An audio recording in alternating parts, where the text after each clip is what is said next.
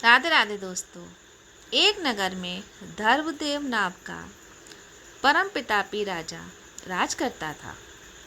वह एक धार्मिक और बहुत विद्वान राजा था। उसके राज्य में हमेशा पूजा पाठ होते रहते थे। वह विद्वान पंडितों से यज्ञ इत्यादि कराता रहता था। राजा के दरबार में एक से बढ़कर एक विद्वान ब्राह्मण रहा करते थे। इस तरह राजा का दरबार विद्वानों से भरा हुआ था। राजा की रानी भी राजा की तरह ही परम दयालु और धार्मिक थी। वह नित्य दान पुण्य किया करती थी। वह राज दरबार के मंदिर में अपने हाथ से बनाई मीठी रोटियां ठाकुर जी की पूजा करने के बाद, भोग लगाने के बाद बांटा करती थी। कभी कभी राजा भी रानी के पुण्य कामों में हाथ बटाता था। रानी की निष्ठा थी कि वह अपने भोजन के लिए कभी किसी रसोइये की मदद नहीं लेती थी। वह नौकर और दासियों को भी अपने भोजनालय से दूर ही रखती थी।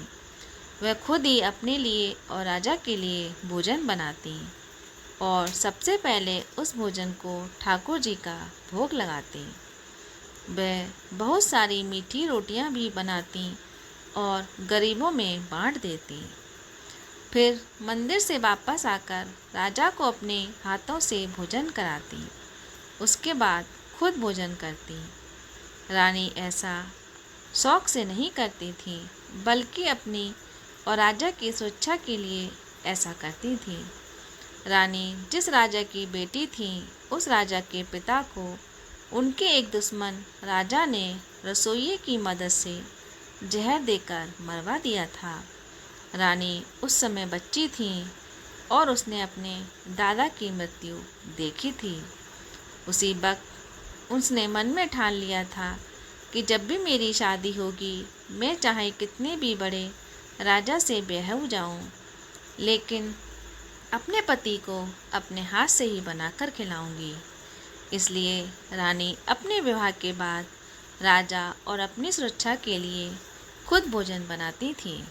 एक दिन राजा रानी दोनों मंदिर में पूजा करने गए। उसके बाद रानी ने गरीबों में मीठी रोटियां बांटी।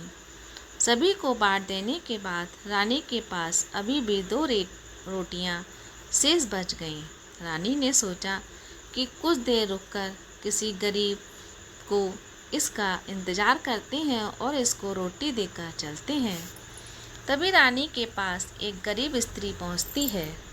रानी उसे एक मीठी रोटी दे देती है, परंतु वह स्त्री रोटी खा पाती इससे पहले ही एक चील उसके हाथ से रोटी लेकर उड़ जाती है।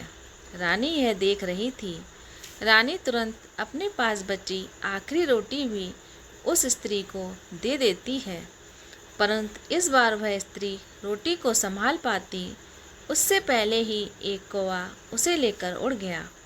राजा रानी दोनों यह देखकर बहुत आश्चर्यचकित हुए। रानी अपने हाथ से अपनी सोने की चूड़ी उतारकर उस स्त्री को देने लगी, तो उस स्त्री ने चूड़ी लेने से मना कर दिया और बोली, मैं आपका सुहाग चिन्ह नहीं ले सकती, अपना दुर्भाग्य आपको नहीं दे सकती। मेरा तो भाग्य ही ऐसा है, मैं दिन भर मांगती हूँ, परंतु किसी न किसी तरीके से रोटी गायब हो जाती है। किसी तरह शाम तक एक रोटी बचती है और उसी को खाकर जिंदा रह लेती हूँ। राजा रानी के साथ अपने दरबार में आ गया। सहसा उसे ख्याल आया कि मैंने तो 100 से ज़्यादा विद्वानों को पाल रखा है। उन विद्वानों की परीक्षा लेनी चाहिए कि वास्तव में वे विद्वान हैं या फिर राज दरबार का राशन बर्बाद कर रहे हैं। राजा ने अपने दरबार में आकर विद्वानों की एक सभा बुलाई और बोले, विद्वानगण, यह बताइए कि वह स्त्री दिन भर मांगती है, परंतु शाम तक सिर्फ एक रोटी बड़ी मुश्किल से उसे नसीब होती है। उस स्त्री ने अपने पिछले जन्म में कौन सा कर्म किया था कि आज उसे ये दिन देखने पड़ रहे हैं, और मैंने पिछले जन्म में ऐसा कौन सा सत्कर्म किया कि मैं राजा बना हूँ। हमारी रानी अपने सत्कर्म से रानी तो बन गई, परंतु उसे रसोई बनाने से मुक्ति नहीं मिली। आखिर रानी ने पिछले जन्म में ऐसा क्या किया था? आप लोग परम विद्वान महाज्ञानी हो, आप इसका उत्तर हमें दीजिए। यह सुनकर सभी विद्वान एक दूसरे का मुंह देखने लगे। एक ने कहा, महाराज, ये तो कर्मों के अनुसार तय होता है। आपने और रानी ने अच्छे कर्म किए तो आप राजा रानी हो, और वह स्त्री अपने बुरे कर्मों के कारण कष्ट भोग रही है। राजा बोले, ये मेरे प्रश्न का उत्तर नहीं हुआ। इतनी बात तो कोई भी मूर्ख आदमी भी जानता है। आप में और आम आदमी में अंतर होना चाहिए। आप जिस आसन पर बैठे हो वह विद्वानों का आसन है।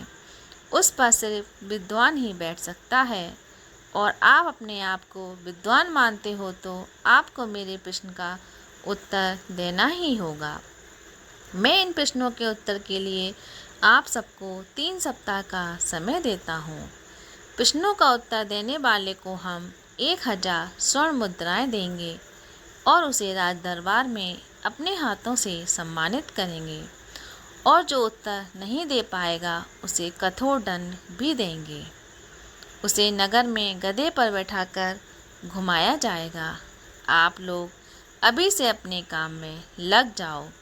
सभी राजा के प्रश्न के उत्तर ढूंढने चल पड़े, परंतु उन 100 विद्वानों में से 96 विद्वान तो दूसरे राज्य में अपनी जान बचाकर भाग गए। कारण था कि वे विद्वान नहीं थे, वो चापलूस थे। वह यह सोचकर राज दरबार में रहते थे कि हम सिर्फ राजा का गुणगान कर देंगे और जिंदगी भर मुफ्त की रोटी तोड़ते रहेंगे, परंतु राजा तो हम विद्वानों का दुश्मन बन बैठा है। पता नहीं उस पागल राजा के मन में कहाँ से ऊटपटांग सवाल पैदा हो गए। अब हम विद्वानों की राज छोड़ने में ही भलाई है। इसलिए 96 विद्वान राज दरबार को छोड़कर दुश्मन के राज में भाग गए। अब बचे सिर्फ 4 विद्वान जो अपने को विद्वान मानते थे। वे विद्वान थे भी, परंतु भगवान की बनाई सृष्टि में झांकने की विद्वता उनमें नहीं थी। वह चारों किसी विद्वान महात्मा की खोज में निकल पड़े। वह 14 दिनों तक विद्वान महात्मा को खोज रहे थे, घूमते हुए, परंतु उन्हें कोई भी नहीं मिला। अब उन्हें लगने लगा कि अब हमें नहीं छोड़ने वाला। पहले गधे पर पूरे नगर में घुमाएगा, फिर फांसी पर चढ़ा देगा। चारों विद्वान जंगल में बैठकर रोने लगे। उधर से एक महात्मा आ निकले। उन्होंने 4 विद्वान ब्राह्मणों को रोते देखा और वहां ठहर गए और उनके रोने का कारण पूछा। तब चारों ने अपनी व्यथा सुनाई कि राजा ने हमसे बहुत कठिन प्रश्न पूछे हैं, जिसका उत्तर हम ब्राह्मण नहीं दे सकते, कोई सिद्ध महात्मा ही दे सकता है। आप सिद्ध महात्मा हो, आप राजा के 3 प्रश्नों के उत्तर देकर हमें मरने से बचा सकते हो। महात्मा बोले, ठीक है, हम तुम लोगों की जान बचाने के लिए तुम्हारे साथ राज दरबार चलते हैं। वे सभी राजा के दरबार में आ गए। राजा ने महात्मा के द्वारा चारों विद्वानों का स्वागत किया और पूछा, क्या आप मेरे प्रश्नों का उत्तर लेकर आए हैं? तब महात्मा ने राजा से कहा, राजन, आप बेवजह ही इन ब्राह्मणों को परेशान कर रहे हैं। जो 3 प्रश्न आपने इनसे पूछे हैं वह हमने इनसे सुन रखे हैं। आपके प्रश्नों का उत्तर कोई ब्राह्मण या साधारण साधु नहीं दे सकता। हमें ब्रह्मा जी की बनाई सृष्टि में आगे पीछे झांकने की दृष्टि नहीं मिलती है, परंतु ऐसा भी नहीं है कि आपका उत्तर ही नहीं मिल सकता। ऐसे कई महात्मा हैं जो आपके प्रश्नों का जवाब दे सकते हैं। आप कल सुबह उठकर पूर्व की तरफ जंगल में 15 कोस अंदर चले जाइए। वहाँ एक महात्मा तपस्या कर रहे हैं। वही महात्मा आपके प्रश्नों का जवाब देंगे। राजा को अपने प्रश्नों के उत्तर जानने की उत्सुकता थी। वह सुबह उठकर जंगल में निकल पड़ा। दोपहर तक वह महात्मा के बताए आश्रम में पहुंच गया। महात्मा ने राजा को बड़े आदर के साथ बैठाया और जंगल में इतने अंदर आने का कारण पूछा। राजा ने बताया, महात्मा, मेरे मन में 3 सवाल हैं। एक स्त्री दिन भर मांगती है पर उन शाम तक सिर्फ एक रोटी बहुत मुश्किल से उसे नसीब होती है। उस स्त्री ने अपने पिछले जन्म में ऐसा कौन सा बुरा काम किया जो उसे ये दिन देखने पड़ रहे हैं, और मैंने पिछले जन्म में कौन सा सत्कर्म किया था कि मैं राजा बना हूँ। हमारी रानी अपने सत्कर्म से रानी तो बन गई, परंतु उसे रसोई बनाने से मुक्ति नहीं मिली। आखिर रानी ने अपने पिछले जन्म में ऐसा क्या किया था? महात्मा बोले, राजन, तुम व्यर्थ के प्रश्नों के चक्कर में पड़े हो। राजा बोला, महात्मन, हमारे मन में यह बात जानने की बड़ी उत्सुकता है। जब तक आप मुझे मेरे प्रश्नों के उत्तर नहीं मिल जाते, मुझे चैन नहीं मिलने वाला। आप मुझे कृपा कर बता दीजिए।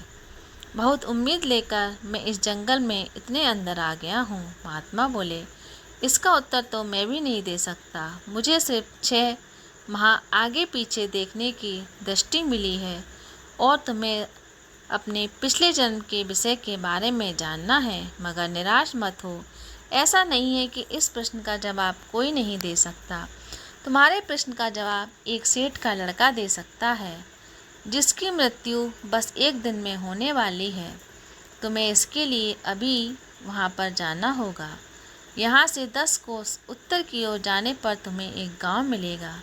वहाँ एक सेठ का 5 साल का लड़का तुम्हें मिलेगा। उसकी मृत्यु से पहले तुम वहाँ पहुँच जाना और कहना कि बड़े भैया, तुम मेरे 3 प्रश्नों का जवाब दे दो।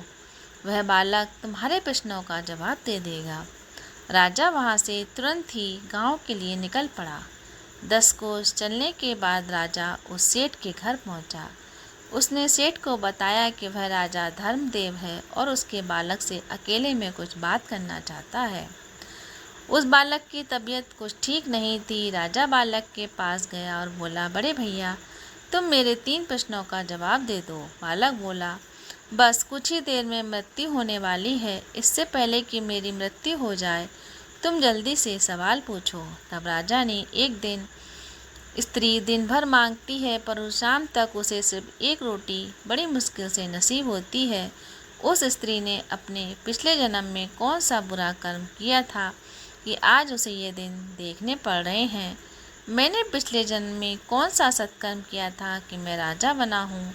हमारी रानी अपने सत्कर्म से रानी तो बन गई, परंतु उसे रसोई बनाने से मुक्ति नहीं मिली। आखिर रानी ने अपने पिछले जन्म में ऐसा किया क्या था? तब बालक ने बताना शुरू किया कि हे राजा, ध्यान से सुनो। पिछले जन्म में तुम मेरे छोटे भाई थे। हम कुल 3 भाई थे। हम एक बूढ़े हो चुके ऋषि के आश्रम में शिक्षा ग्रहण करने गए थे। ऋषि चलते करने में असमर्थ थे। उनके आश्रम में हम तीनों भाई शिक्षा ग्रहण करते थे। ऋषि हमें भिक्षा के लिए चारों दिशाओं में भेजते थे। वह जिस दिशा में कहते, हम तीनों उसी दिशा में चले जाते। उत्तर दिशा में जब हम भिक्षा मांगने जाते तो एक गांव पड़ता था। उसमें एक गरीब स्त्री रहती थी। वह हम तीनों भाइयों को ताज़ा भोजन बनाकर खिलाती।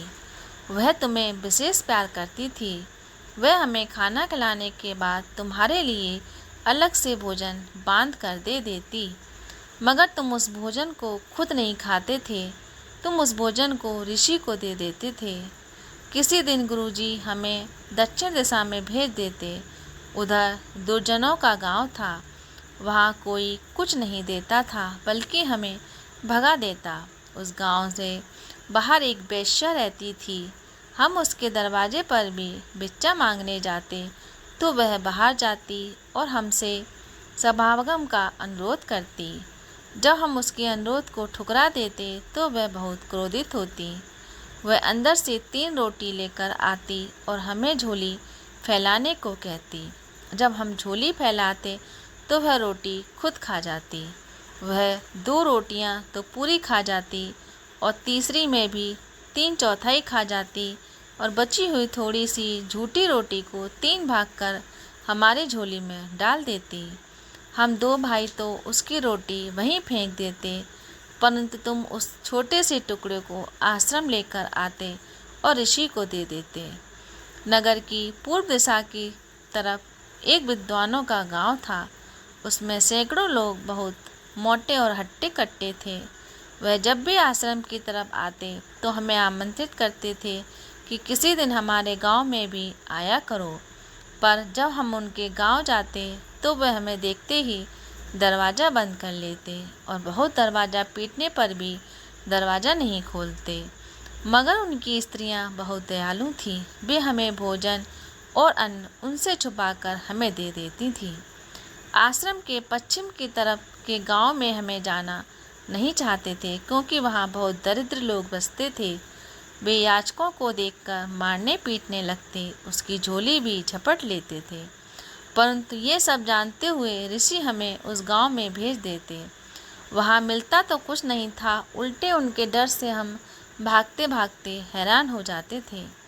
एक दिन महात्मा को न जाने क्या सूझी कि लगातार 3 दिनों तक हमें उधर ही भेज दिया। 2 दिनों तक हमें खाने को कुछ नहीं मिला। तीसरे दिन एक बुढ़िया ने हम तीनों को एक एक रोटी दे दी। यह देखकर उस गांव के लोगों ने रोटी को छीनने के लिए बहुत दूर तक हमें खदेड़ा। किसी तरह अपने को रोटी को बचाकर हम आश्रम आ गए। आते ही महात्मा ने हमसे रोटियां मांगी तो सबसे बड़े भाई ने कहा, ऋषि ये रोटी आपको नहीं दे सकता, आपको दे दूंगा तो मैं क्या मिट्टी खाऊंगा। महात्मा ने मुझसे भी रोटी मांगी तो मैंने भी जवाब दे दिया कि मैं रोटी आपको नहीं दे सकता। मैंने कहा कि इतनी छोटी सी रोटी खाकर मैं ज्यों की मरूं। महात्मा ने जब तुमसे रोटी मांगी तो तुमने उन्हें अपनी रोटी दे दी। महात्मा बहुत खुश हुए। उन्होंने तुम्हें आशीर्वाद दिया कि तू आने वाले समय में इस राज्य का प्रतापी राजा बनेगा।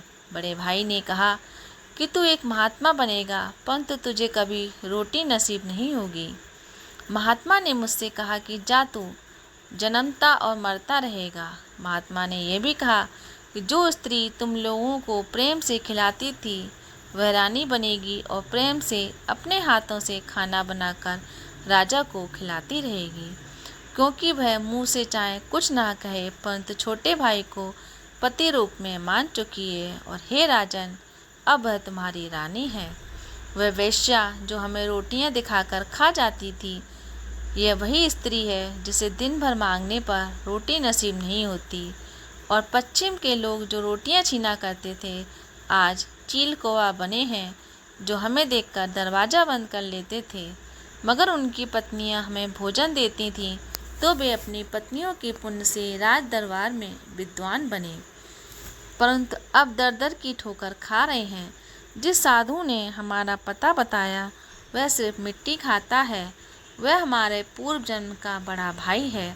और हे राजन, मेरे कर्म में सिर्फ जन्म लेना और मरना लिखा है। मैं जन्म लेने के हर 5 साल में मर जाता हूँ। इतना कहने के बाद वह बालक राजा से बोला, राजन अब जाओ, मेरी मृत्यु का समय आ गया है। मुझे उम्मीद है कि तुम्हारे सभी प्रश्नों का जवाब मिल गया है। राजा को अपने सवालों का जवाब मिल गया था। वह अपने महल लौट आया और सारा वृत्तांत रानी को कह सुनाया और बोला, मनुष्य के कर्मों के अनुसार ही उसको अगला जन्म मिलता है। बुरा कर्म करके आँख मूंद लेने से उसके बुरे कर्म नहीं मिट जाते, बल्कि कई जन्मों तक पीछा करते हैं। दोस्तों, मेरी ये कहानी आपको कैसी लगी? मेरी कहानी अच्छी लगे तो मेरे चैनल को सब्सक्राइब कीजिए और वीडियो को लाइक कीजिए।